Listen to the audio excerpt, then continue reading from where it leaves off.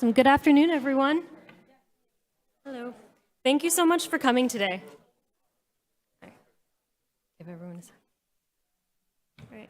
Good afternoon, everyone. Thank you all for coming today. My name is Sonia Vora, and I am a PhD student in Chemical and Environmental Engineering, a graduate student affiliate of the Institute at Brown for Environment and Society, and a member of the graduate committee that helped plan today's event. First, I'd like to thank my fellow committee members, Montana Stone, Chandler Morris, Jubin Rabbani, as well as Professors Kim Cobb, Jim Kellner, Scott Frickel, as well as all of the IBES staff for support in bringing this event to life. Before I introduce our distinguished speaker, I'd like to take a moment to recognize that today marks the launch of a new initiative at IBES, the Brown Seminar Series for Environment and Society. This series will foster dialogue on critical environmental issues where society, culture, and policy interact, in advancing understanding and driving meaningful action. With that, it is my absolute pleasure to introduce our distinguished speaker, Professor Desirée Plata. Dr. Plata is an associate professor in the Department of Civil and Environmental Engineering at MIT, having previously held positions at Duke and Yale. Professor Plata's work in materials and environmental engineering translates fundamental science into real-world application, tackling critical challenges like plastic pollution, methane emissions, and carbon storage. Beyond her research, she co-directs the MIT Climate and Sustainability Consortium and has co-founded multiple sustainability-focused startups where she drives innovations from the lab into industry. Her contributions have been widely recognized with many prestigious honors, including the NSF Career Award, multiple MIT Faculty Excellence Awards, and many others. She is a two-time National Academy of Engineers Frontiers of Engineering Fellow and a two-time National Academy of Sciences Kavli Frontiers of Science Fellow. But beyond the accolades, what truly sets her apart is her commitment to using science as a force for positive change, pushing the boundaries of what's possible and creating a cleaner, more resilient world. It is this dedication that made her the perfect choice to be our inaugural speaker. Today, she will share insights from her work toward building a healthier planet. Following her seminar, there will be an opportunity for audience questions, and we invite you to stay for a reception afterwards in room 101 right around the corner. We are truly grateful to have her here, and as a fellow environmental engineer, having the opportunity to introduce someone whose work I admire so much is truly an honor. For many of us in the room, Professor Plata's career serves as a reminder that with dedication, passion, and a clear focus, it is possible to make a profound difference in the world. Please join me in welcoming Professor Desirée Plata.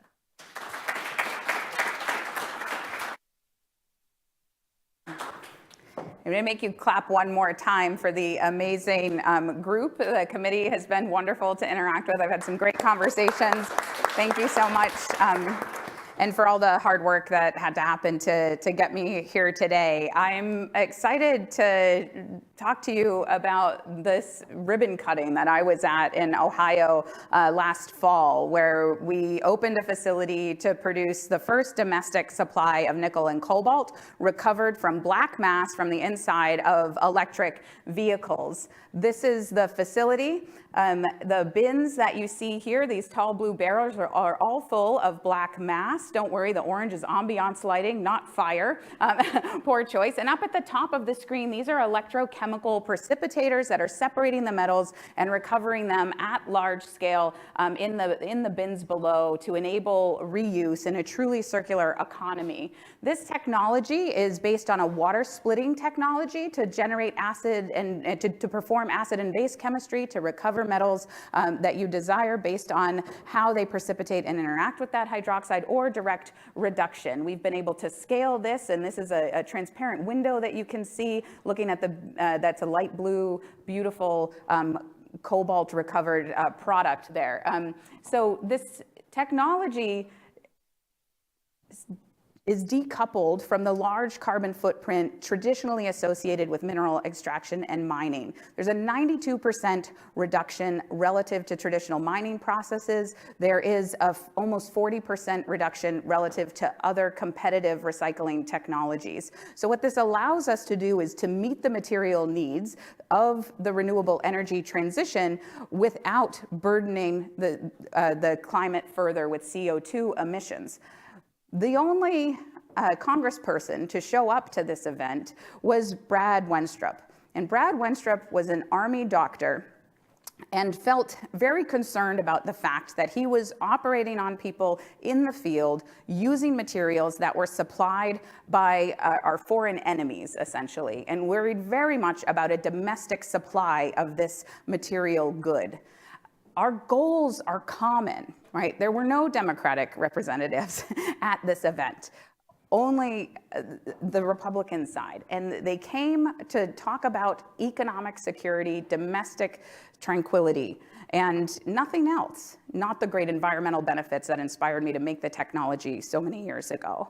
Our common goals around life, liberty, and pursuit of happiness, to me, are really what the Academy defends, what we think about when we think about academic institutions, securing prosperity, and domestic security further, access to clean air and water and food, as well as all of the joy. This pursuit of happiness might be interpreted as really nebulous, but isn't that why we all got involved in science and engineering, or maybe the social sciences in the first place? Because we enjoyed discovery, because we loved what we were doing. It affords creativity, and creativity has been what has long distinguished America in the ecosystem of the broader world. It is why people come to the United States to be educated, and this leads to possibility and prosperity. And so that's what I'd like to talk to you about today. This is my group on our annual retreat, reflecting on our core values and the basic mission of, I love this picture, they skied all day, if you can't tell, and then I made them work into the evening hours. So the basic mission of the work that's done in my lab is to change the way that we invent materials and processes. And what I'm showing you here is just a representation of how innovation happens normally. And the y-axis you can think of as investment and profit, and the x-axis is time. So we have an idea, we invest something in the proof of concept, and here's where the engineering professors of the world live. We teach our students to optimize for performance and cost and performance and cost. We then, if it passes this barrier, invest something in industrialization, bring the product to market, and we get to that great goal of sales. And while this is happening, some chemical associated with the manufacture of that process or the chemical itself is released to the environment. This is universally true. And if there is some malignant environmental or public health concern, this can lead to a product ban or a voluntary or otherwise. And then maybe that material degrades over time. And that's going to be dependent on those individual material properties. And this leads to what I call the 4 R's of doom: reparations, remediations, public relations, and reinvestment. So inventing the thing all over again. And when we reinvent these materials, what do we normally do? Change one bond? Do we think the biology changes? Probably not, right? So often we are just putting ourselves back on this loop, trying to evade regulation. And instead, the argument and the platform that I propose is that we have our idea and invest in the proof of concept, and then we spend a little more effort at the beginning to incorporate environmental metrics along with the traditional performance and cost metrics that we teach our engineering students. And if we're doing this correctly, you should be able to bring your product to market for less. And then, of course, you have sustainable profits for all time, and hopefully the distribution of that chemical is accounted for in the design of the process such that it degrades, never accumulating above some background level with which we evolved, and therefore not leading to the observation of toxic health incomes. Now, the problem with this is that the pace of innovation in industry is fast. Businesses are trying to make decisions on a quarterly basis. It also costs a little bit of extra money to incorporate environmental design at the beginning. Again, if you do it right, you're going to learn more about your process, and you should be able to do it for less money and less consumption at the onset. The other thing I would say is that nobody likes a paper straw, right? The functional performance is really important in these objectives, so you can't only focus on the environmental performance metrics, but also the functional performance simultaneously. So the problem is that we are inventing chemicals at a pace that we never have before. This is a robot that existed a few years ago on MIT's campus that was doing synthetic chemistries. It was tested. The model is the red line. So this was the machine learning algorithm to optimize a particular synthetic pathway. They compared this with the best humans with the average humans. Average human was an MIT graduate student. I've got some qualms qualms with that, with that designation. Best human was MIT professor. I wasn't involved in this work, but I have some qualms with that moniker as well. But the model does pretty well for someone who's been studying chemical processes for their entire lifetime. And so this is what the machine looks like today, the synthesis robot that is based in microfluidics. I would say that I have seen devices like this in industry that make this look like it was made by monkeys. What they can do in industry with high throughput synthesis is absolutely remarkable. Now, how long does it take an environmental chemist to study the impacts of a particular molecule or molecular class? 5, 10, 6 years, decades, a really long time, right? Maybe at the end of a PhD, I can tell you a little bit about one element, one fraction of the compound's behavior in the environment. This doesn't square, right? We have to be faster at understanding the environmental impacts, and we have to do that through the development of first principles understanding. So when I came back to MIT in 2018, I started thinking feverishly about high throughput reactors. You can't tell here, but these are individual cells where we're performing one chemical experiments and irradiating those with ultraviolet light to see how the chemical behaves in photochemical processing. This would adapt itself to a 96-well plate that can be fully inverted. Those are long, narrow cells. There's 9 of them in each of those bins.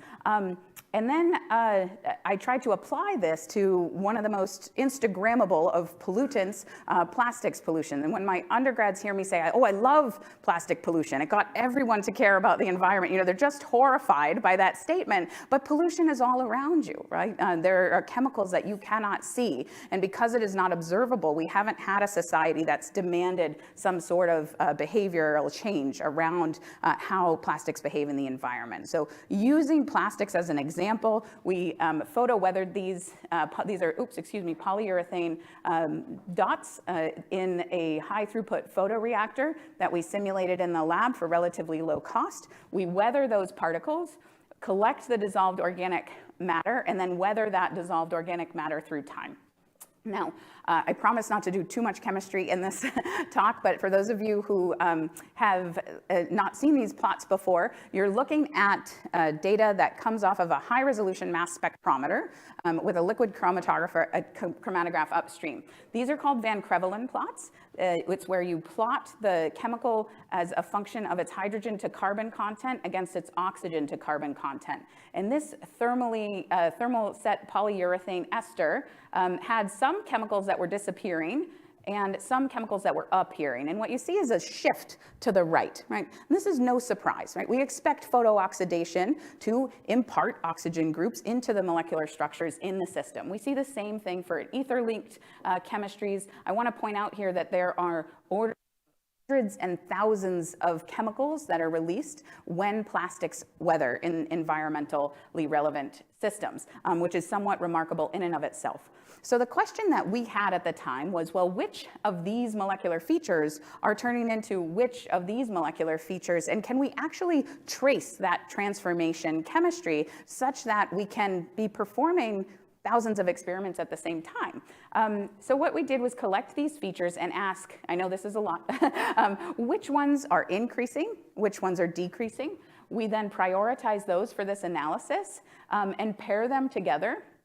We generate molecular formula, and this is a mass spectral fragmentation pattern. And just like the pieces of a puzzle, it breaks the molecule apart. And you can imagine that if a reaction happened, you would either add something to the outside or pull it off. And so the product that is forming and the degradation, the degrading material should be related by some known offset. And so that's how we paired these together. We applied some criteria that the theoretical and measured offsets should be within a certain amount.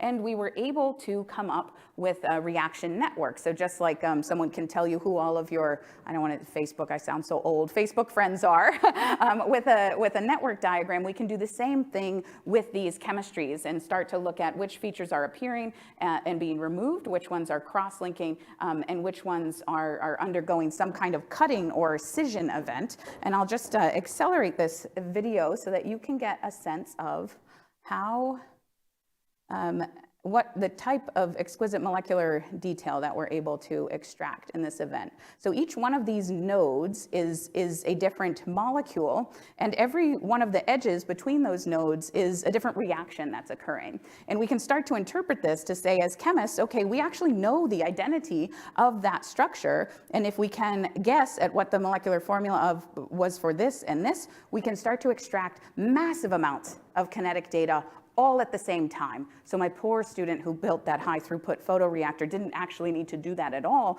because of advances in chemical analytics alongside of the data analytics to support interpretation of that large number of data sets. So we can dig into this in lots of different ways and say, okay, is anything toxic or known toxicity form? And what's the most common degradation product? How are these transformations occurring? No surprise that polymers change by regular unit additions and subtractions. And we're starting to apply this technique in natural systems to look at biomolecular transformations. So in this image, I'm showing you a piece of plastic that was suspended in the Mediterranean Sea. These are synthetic polyester compounds, and we can take this biofilm and start to ask questions of the community that we enrich in the laboratory and say, well, which of these bacteria can actually perform these transformations? And what we learn is that, this is no surprise to the biologists in the room, there is no magical bacterium that degrades these materials. Instead, it is a community of organisms that are responsible for each of these individual transformations.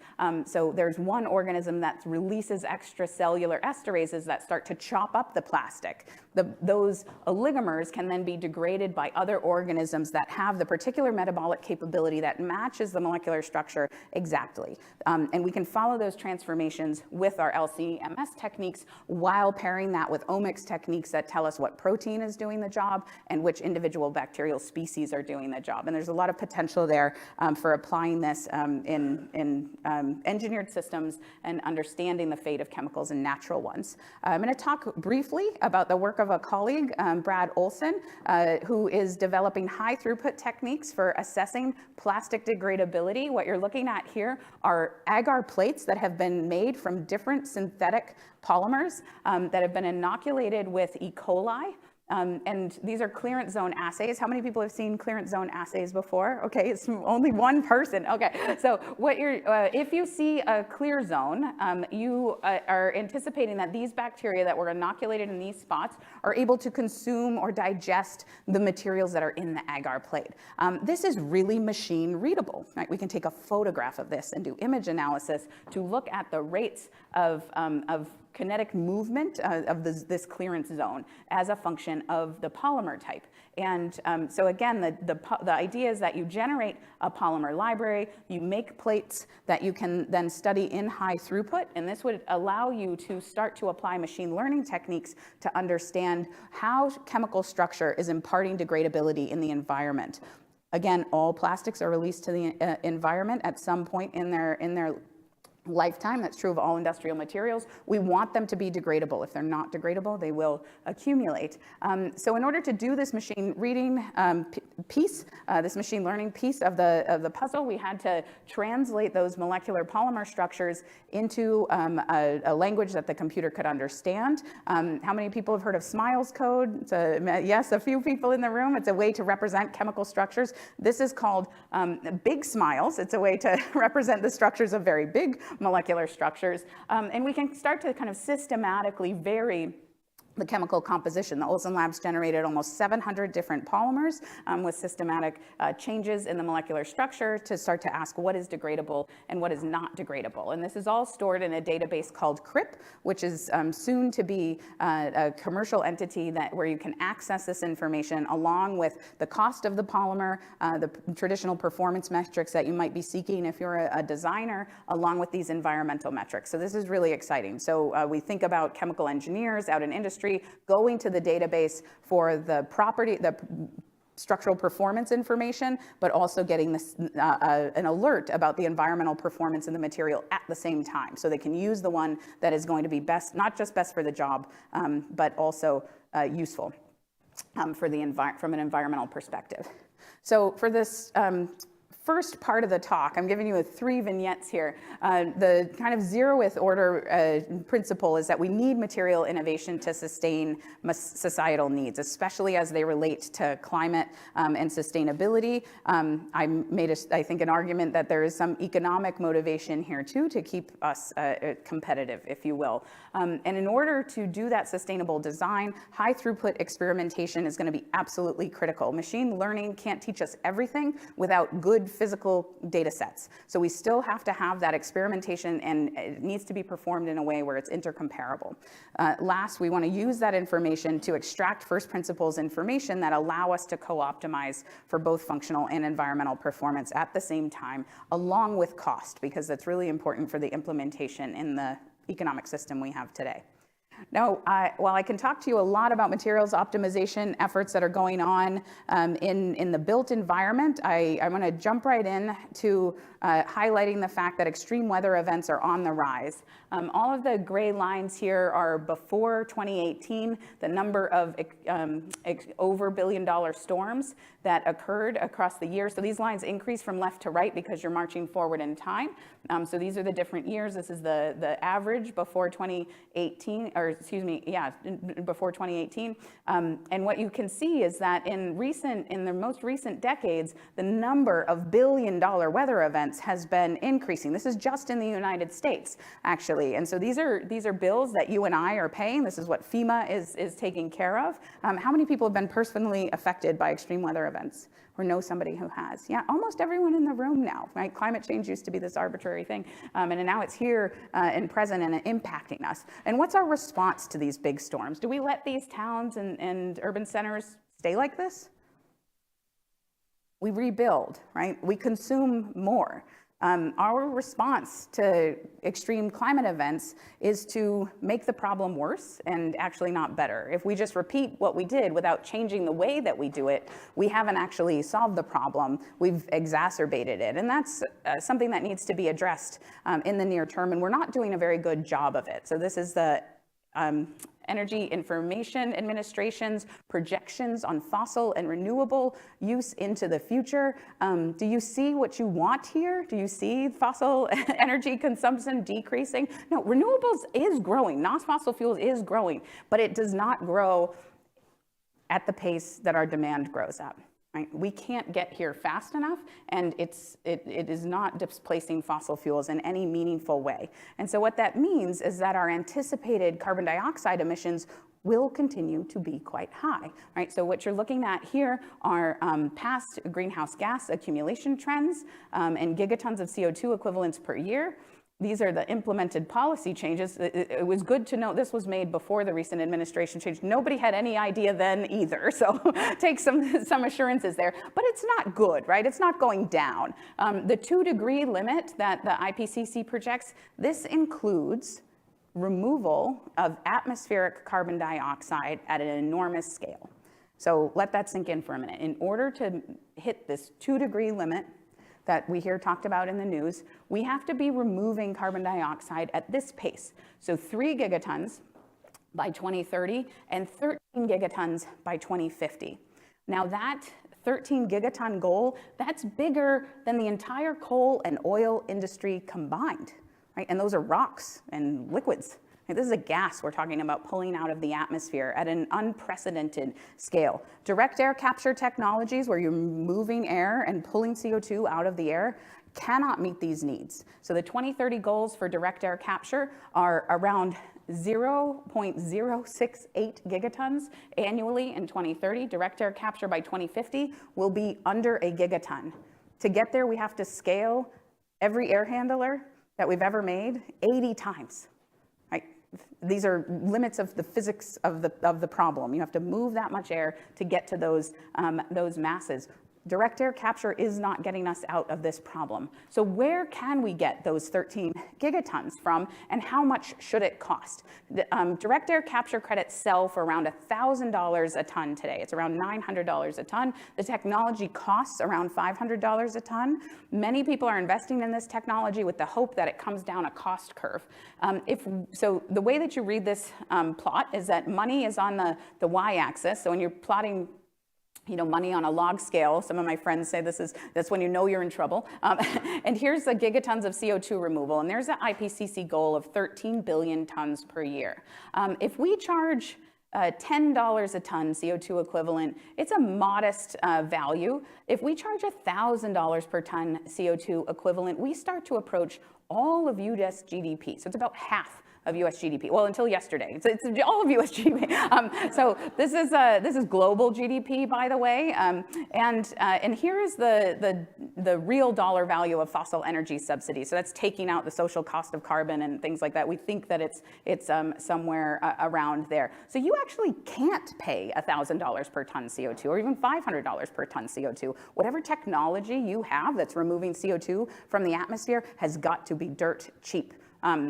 Fundamentally, we cannot afford to spend more than somewhere around $25 per ton of CO2 on this particular problem. And I won't get into questions about that energy subsidy. In all fairness, I'll say that emissions reduction technologies that are destroying CO2 equivalents today trade in Europe for around $70 to $100 a ton. Stanford's goals for technologies that meet this need are $100 per ton CO2 equivalent, so you've got to be below that threshold to be competitive for their accelerator. In California, Clean Air Board will buy carbon credits on the order of $15 to $20 per ton CO2 equivalent, and this is for emissions reductions technologies. So DAC, direct air capture, is valued in a disproportionate way to emissions reductions, and we'll come back to that idea. But if you needed to charge $25 a ton for all 13 of those gigatons, it's not really a big deal, right? Only $325 billion. We can come up with $325 billion. Right? It's a pretty small proportion of GDP. Not bad for an externality you ignored for all of industrial history. Okay, so this isn't real data. This is just for illustrative purposes. And if we start to ask where can we get those 13 gigatons of removal from in the system as it's already occurring, we might hone in on the industrial agriculture system. So I'll go backwards for a second and show this weird loop here in industrial agriculture is CO2 that is being pulled out by agricultural crops annually and then injected right back in to the atmosphere. And the reason it's injected right back in is it's either metabolized or we set it on fire, right? And so there's an opportunity there. That term is around 8 gigatons of CO2 per year. That might be around 6 gigatons of CO2 equivalents if you assume plants are half carbon and that mass is half water and convert to CO2. There's also around 2 gigatons per year of food waste, I believe strongly in composting. And I think we should be going in hard on storing that food waste instead of putting it in landfills so it can turn into methane, or incinerating it where it fights our incinerator efficiencies. So the industrial agriculture system is kind of already doing direct air capture for us, right? The evolution of the plant was pretty darn good at CO2 capture. So here's a picture of a farmer in India at the end of the harvest, simply burning the crop residues. And the idea here is to use those crop residues. This problem is so substantive that it can be seen from space. It contributes to the lower life expectancy in India and about 1 billion deaths annually around the globe associated with poor air quality. So what else could we do with that? How would we incentivize the recovery of that agricultural waste? Well, there are a lot of choices, and it's not obvious which answer is the right one. I don't find them to be mutually exclusive. Maybe we can do all of these. So one idea is to use biological waste to produce sustainable aviation fuel. There's a modest material requirement for this, but it sells for a really high dollar amount. So maybe that bankrolls the rest of the system for you, where you're going out and getting this material from the farmer. You could think about pyrolyzing plastics, and that's also a relatively small material input term. There's compost that has a value of around $50 or $70 a ton in sale itself. Carbon briquettes are making black carbon or granular activated carbon, which I know people here are using in their research. This is another kind of recalcitrant long-term carbon storage. And there are also ideas to bury this agricultural material, either in the deep sea, so you drive the material out into the deep sea and sink it, or you liquefy it and inject it back from whence it came, or you store it above ground in those black carbon stores.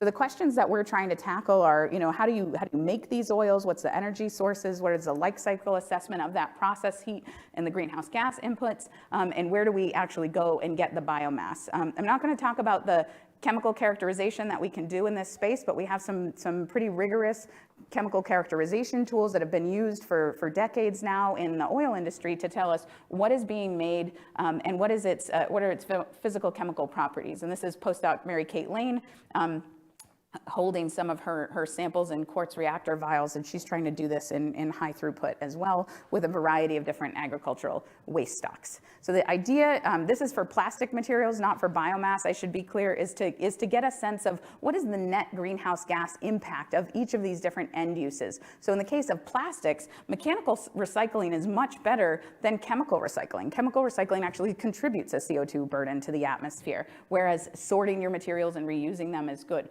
Energy recovery with combined heat and power also is net greenhouse gas negative. So we can kind of advise the appropriate reuses with some understanding of what's actually happening out in the Earth system. The last step in this project is to try to understand where is all the biomass, right? We don't have a biomass factory or a well where we can go and extract our materials. We actually have to start to say, well, where is this happening naturally and when and in which spots of the world? And that can start to inform where we would install pyrolysis units, or if we would build mobile pyrolysis units that can go to where the biomass is.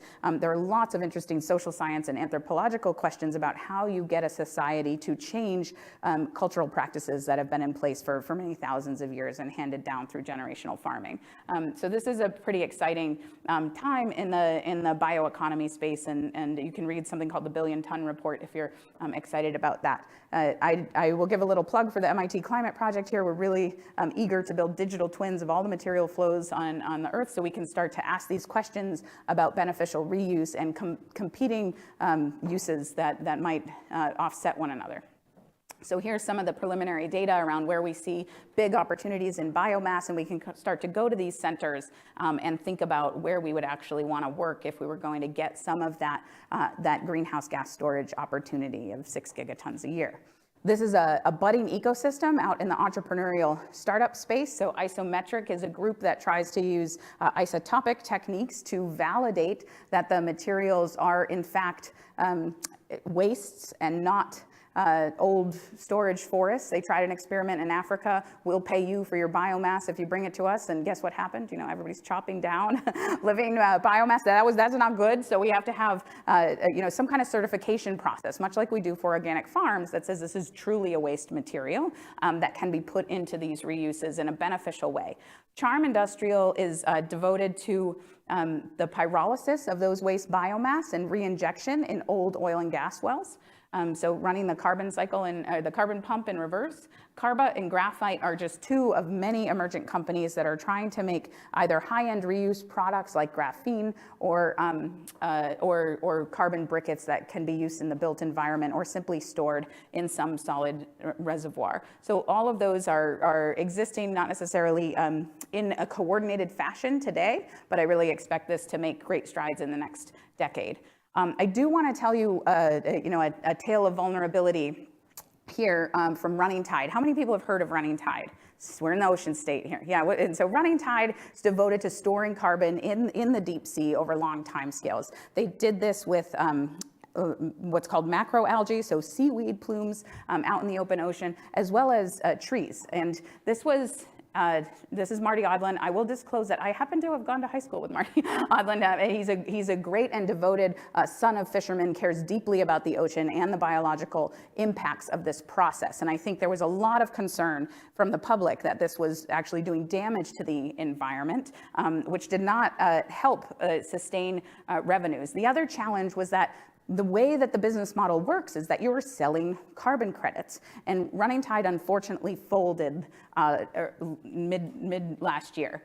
So Running Tide had to shut down in spite of the amazing fundraising that they had done in June of last year. And what that means for carbon removal in the future is that maybe when we need these technologies, they're not going to be in place. And that's a major concern, right? I trust that Marty's a dedicated guy and will get this back up and running when the market is there, but the market is not there today. right? The people who are buying these credits are not necessarily governments, right? So philanthropists, large companies, maybe even polluters who are trying to offset their own pollution. And so you can see how the incentive scheme becomes a little concerning. But the point is that we've got to support these important companies as they are developing technologies to save the planet. Okay. So we have to remove carbon. This isn't a choice, it's a need. Based on our emissions, we emit 51 gigatons of CO2 per year. We cannot possibly remove that much, so if we want to stop the accumulation, we've got to both pump the brakes and start removing material. We're really excited about tracking those material flows and understanding, are we having a net beneficial impact through life cycle analysis and certification of those carbon stores, and carbon markets have to emerge. Validated, verified, high security carbon markets have to emerge, and I'm happy to talk about how I see that happening. Okay, so the last vignette that I want to talk about is how do we actually start to reduce emissions now? What is the biggest impact we can have in our lifetimes? You know, I'm a very impatient person, and I want to see the results of my work in my lifetime. So I'll tell you, the two biggest greenhouse gases that contribute the most to planetary warming are CO2 and methane, and there's some key differences between them. One is that carbon dioxide is long-lived in the atmosphere and tends to come from concentrated sources. It lives on the order of 1,000 years. Methane, on the other hand, is short-lived, living only a decade in the atmosphere, and tends to come from dilute sources. The current concentration of CO2 in the atmosphere is around 426 parts per million, whereas the current concentration of methane in the atmosphere is around 2 parts per million. So for every million molecules in the room in front of you, only 2 are methane. And in spite of that 200-fold concentration difference, methane will warm the atmosphere in equal proportion to CO2 in the next 10 years. It is a near-term warmer, and the reason for that is associated with its lifetime. So as I said, pound for pound from point of release, methane starts to absorb heat and then is converted to CO2, and that's why this line flattens out. Carbon dioxide, in contrast, is a low and slow warmer, contributing emissions over its lifetime. So we could drop CO2 emissions to 0 today, and the atmosphere doesn't really start to feel that effect because of the long residence time for about 50 years or more. And so the goal here is to actually take methane and convert it to CO2. And that sounds like a really bad thing. But remember, they're disproportionately concentrated. We can convert half of the atmosphere's methane to carbon dioxide, and CO2 goes from 426 parts per million to 427 parts per million, right? It's a insignificant concentration bump in atmospheric, with regard to atmospheric CO2. It is a huge savings with respect to warming, projected to save around 16% of climate forcing over the next 100 years. That is a huge, big deal if we could actually do that. Now, some projections show that if we could cut anthropogenic emissions of methane in half by 2030, we would save around 0.5 degrees of climate forcing using technologically feasible strategies. This ends up being a lot of methane. It's around 200 million metric tons. It's not a trivial quantity. And the challenge here is that because that methane is coming from dilute sources, it's really hard to abate. So if we were playing Pac-Man and I told you to collect these molecules, you would run to the left. I like to say, if you're a self-respecting a chemical engineer, you work on this side of the space, and I, of course, ran over here foolishly into the agricultural emissions and wetland emissions and said, well, how can I make something out of that tiny, tiny concentration? It's really hard to capture. And I thought back to my days in oceanography school and said, well, organisms do this, right? Methanotrophs in the sea and deep sea sediments can utilize methane at low concentrations in the presence of oxygen at atmospheric pressures and temperatures, kind of commensurate with the problems, the system problems.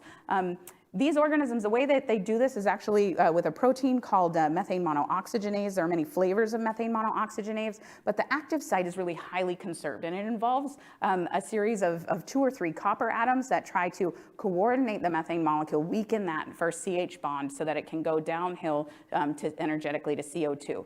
Now, because proteins are really hard to make and costly to synthesize, we tried to do this abiotically. Now, if you go outside later today and pick up a handful of dirt, chances are you're going to be holding some aluminosilicate materials of some variety. We went to these aluminosilicate materials and selected some that had nanoscopic pore spaces that could simulate that active site in that conserved protein. We gave it the magical transition metal of copper that seems to work in biology and said, go and convert. And so this is one of the world's most abundant materials. We're using copper-doped aluminosilicate zeolite clays, again, constraining that methane molecule so that it can convert into CO2 at modest temperatures and pressures. And once we did this was the first time, I had ever been the subject of internet memes. It turns out that clay aluminosilicates are the same material that is used in cat litter. It's used in cat litter because it's such low cost. So this was exciting. I haven't been part of an internet meme since. I'm not aiming to be, but this was pretty exciting. So this idea was that you could then go take this catalyst and deploy it at some of the world's slightly enriched methane sources. So at dairy barns or in coal mines, at the ventilation shafts, where there's enough methane to actually make sense on a volumetric air movement basis to start to destroy that methane and convert it to CO2.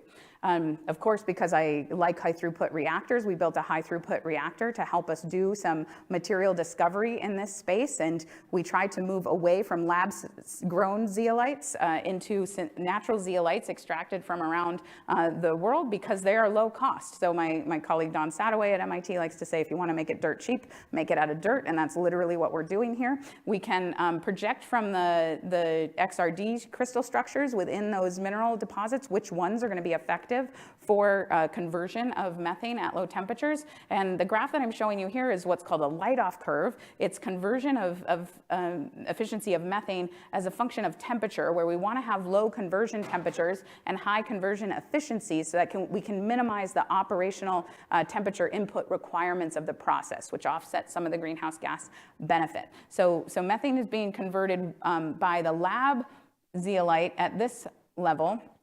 And these are two naturally occurring zeolites. So we're literally taking this clay mineral out of the ground, giving it some copper, just like those bacteria need copper for this reaction chemistry, and allowing it to react. And so we're really excited about this advance. These are some of my students in 2022 field testing this in a dairy barn. Yes, I know, they're lovely. And one of the challenges we learned about when we went to the dairy barn, I'll point out here, these fans that are ventilating the breathing space for the cows, they push air at a rate of around 4,000 cubic feet a minute. There's around 250 of those in a barn, right? So we're talking about like 10 million cubic feet a minute. That's 6 tractor trailers moving past you in 5 seconds. Right? You've got to get that methane out in an instant. It's really remarkable. And so in order to do this, we couldn't use cat litter, right? Imagine blowing that amount of air through cat litter. Poof, big mess.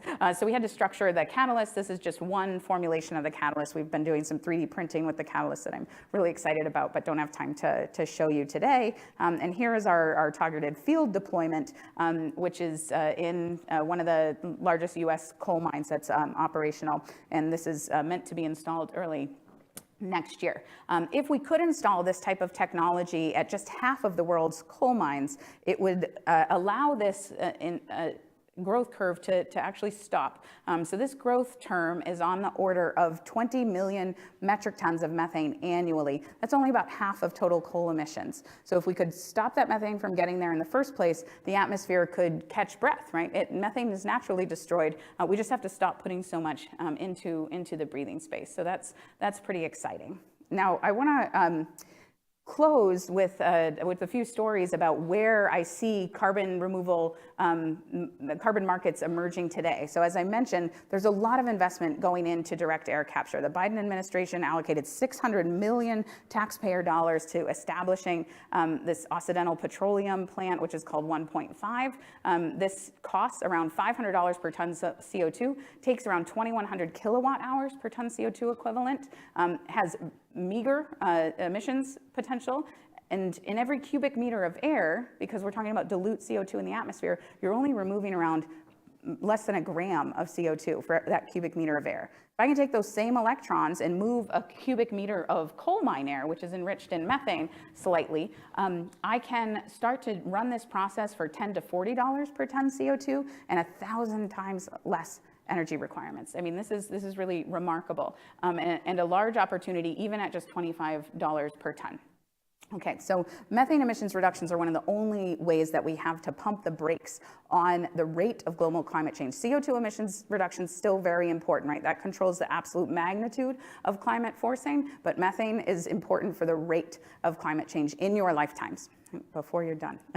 Here, and so this can happen through low-cost, green chemically informed innovation, but the carbon value structure really needs to change, right? Why pay so much for a molecule of CO2 captured from the air when you can get a lot more bang for your buck for emissions reduction technologies?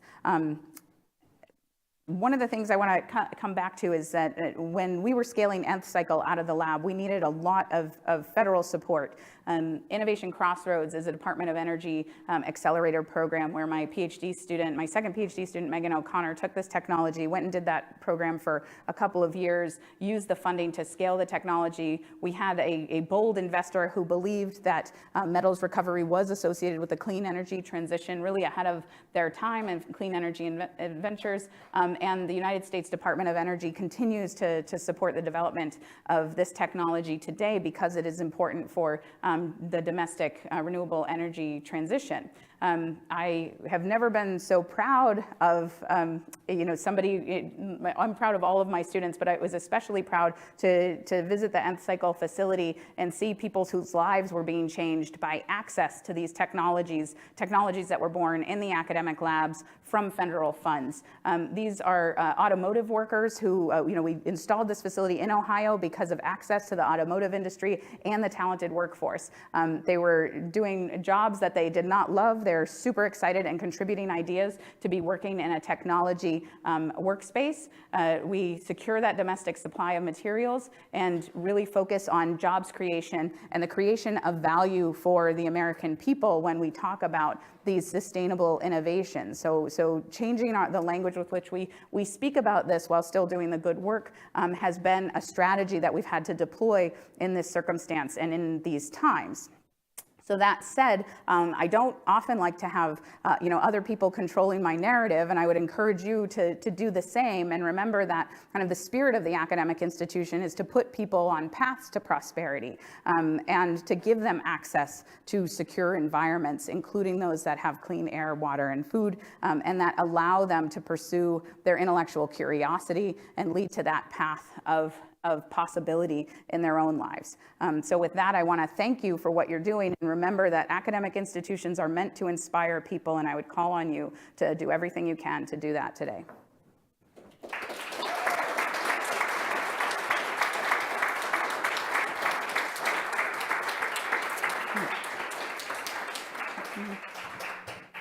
Thank you so much. Can we have another round of applause?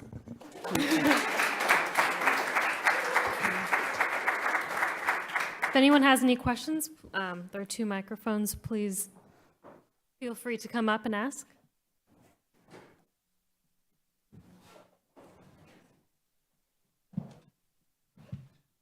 I'll wink you. So fast.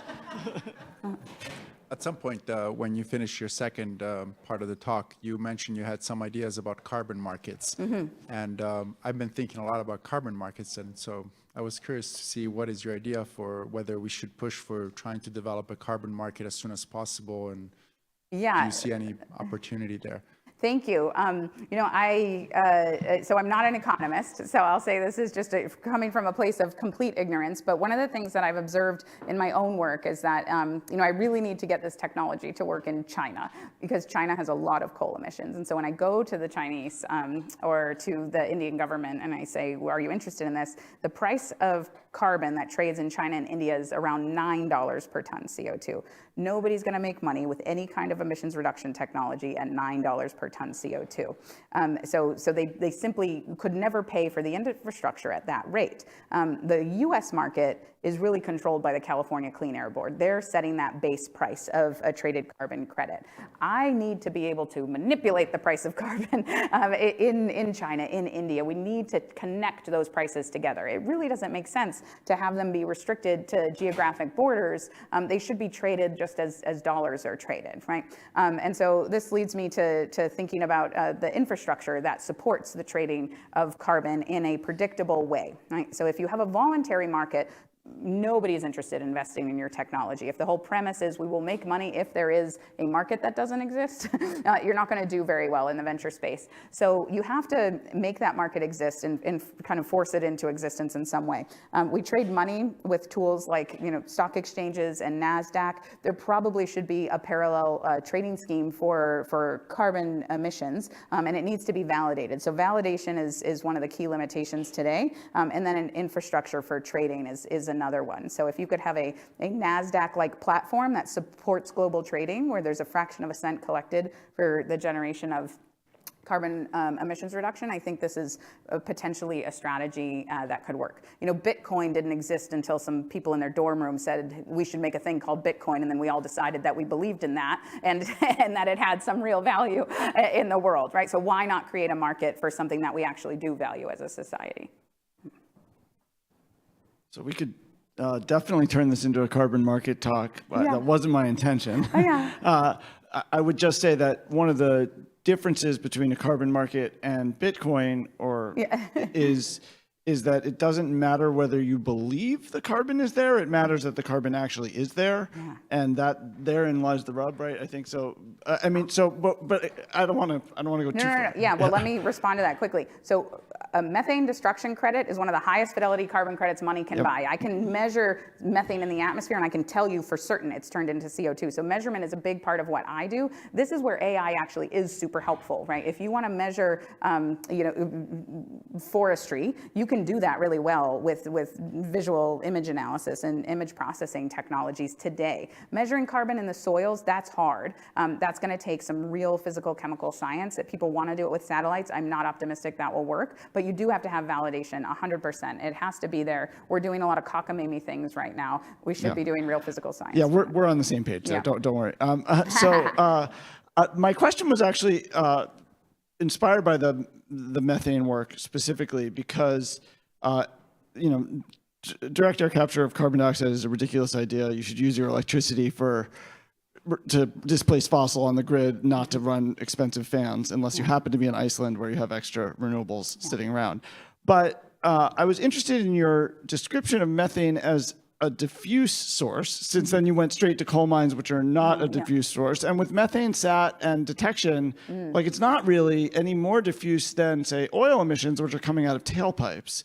So, coal emissions are coming out of power plants, but oil emissions are coming out of tailpipes. Yeah. So I actually am surprised that you only, that the technology that you're deploying is you're only thinking about coal plants. I actually think you could get a bigger chunk of the methane puzzle than that. Yes, well, you only gave me 45 minutes, so okay, fair. So I just want to make a correction here. So this technology does not go downstream of a coal incinerator that is generating electricity. No, it goes at the mine shaft. Yeah, the mine shaft is releasing geologic methane. The highest these concentrations get is about 1 or 2% enrichment. So it is enriched relative to the atmosphere, but it's not high, right? We could deploy that same technology at, say, a separator or a leak in an oil and gas field that can't be addressed through other reasons. Methane sat and the satellite technologies are critically important for going after high concentrated sources of methane. They miss about at least half of methane sources, and they are not.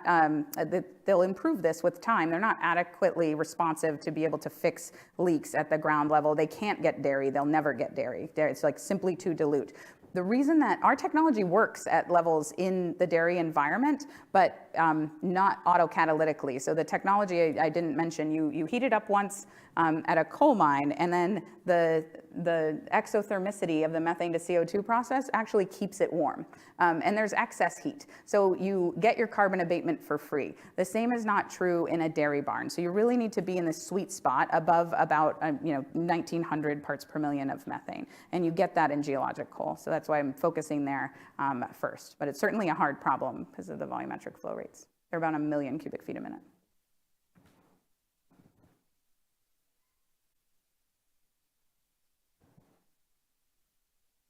So if there are no other questions, I'm going to leave you with a thought that is, has to do with roads, right? Does anybody know why we have asphalt pavement? Any guesses? Students, I gave some spoilers earlier. Why do we have asphalt?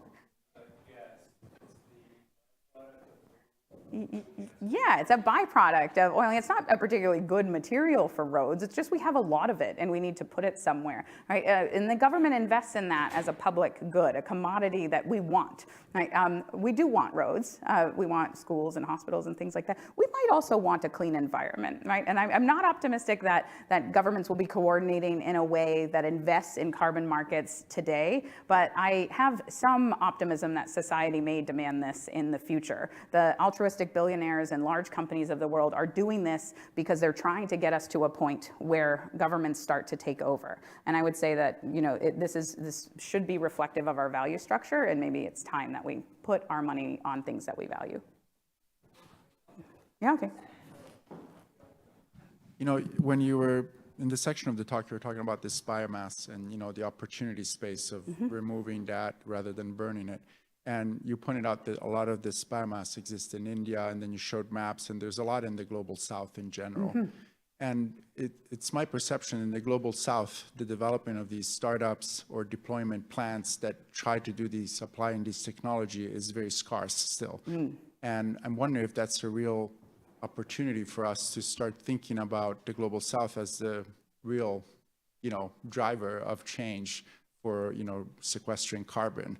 And trying to find ways to work closely with them or something. Yeah, I love that. No, I think, so yes, the answer is yes, we're trying to work in that space. I can never get enough social scientists working on these problems. The Indian government has tried to disincentivize the burning because of the health problems, actually, and the adoption rates are not good.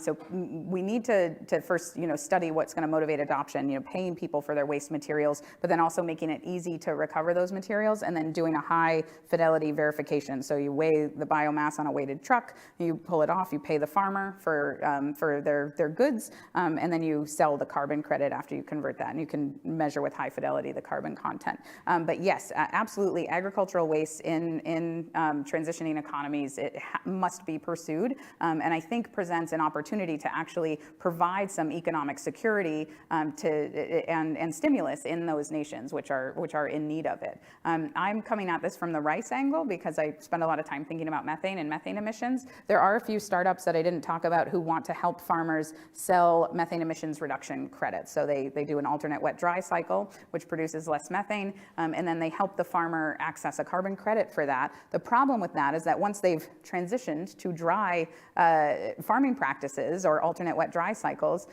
who's going to want to buy that credit 10 years down the road? Maybe you pay for it for 5 years, but not 10 years. The waste rice stock is always going to be pulling carbon out of the atmosphere. They'll always be able to generate revenue on that carbon credit. So I think there's some real need to develop these models in a systematic and thoughtful way that's going to be self-propelling.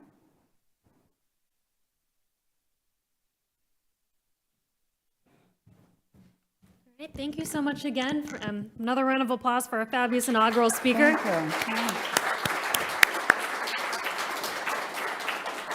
And as a reminder that we have a reception next door in room 101 that we invite you all to come visit and continue our conversations. Thank you all again. Thank you, Sonia.